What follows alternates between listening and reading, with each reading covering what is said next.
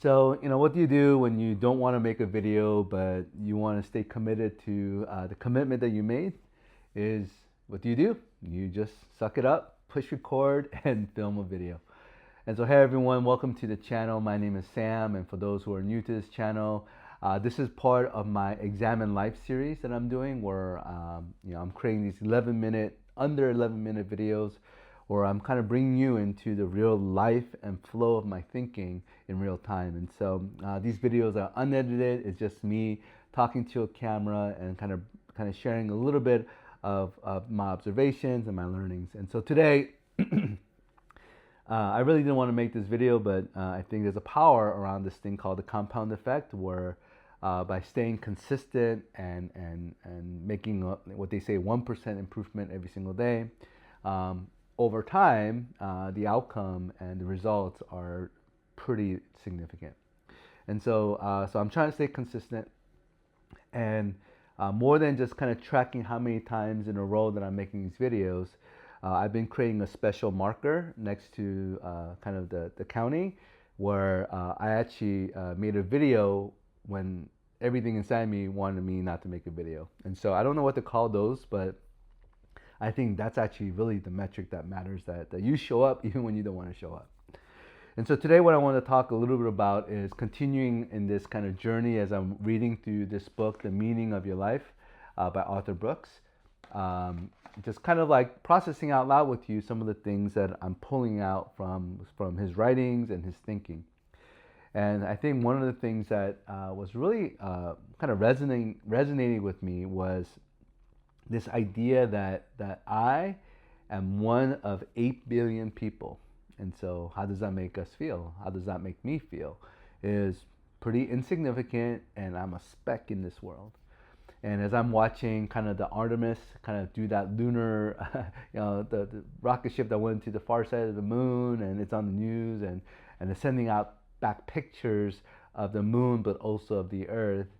It's a good reminder that we're really like small, right, in the scope of that perspective. And I thought that was really powerful.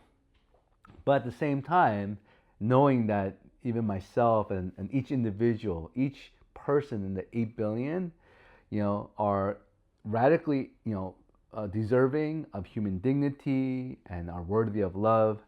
And without each person, we wouldn't have this thing called humanity. And so it's kind of this kind of paradoxical kind of tension where like in the midst of seeing the world from space, like we're like nothing, right? We're a speck.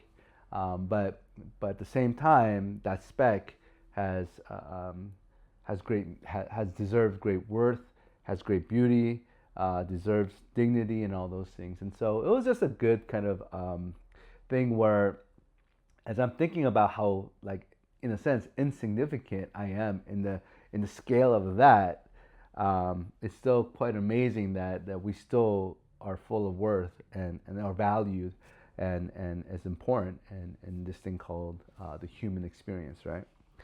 And so some of the quotes that he says is, every day I am reminded that I am a speck on a speck on a speck.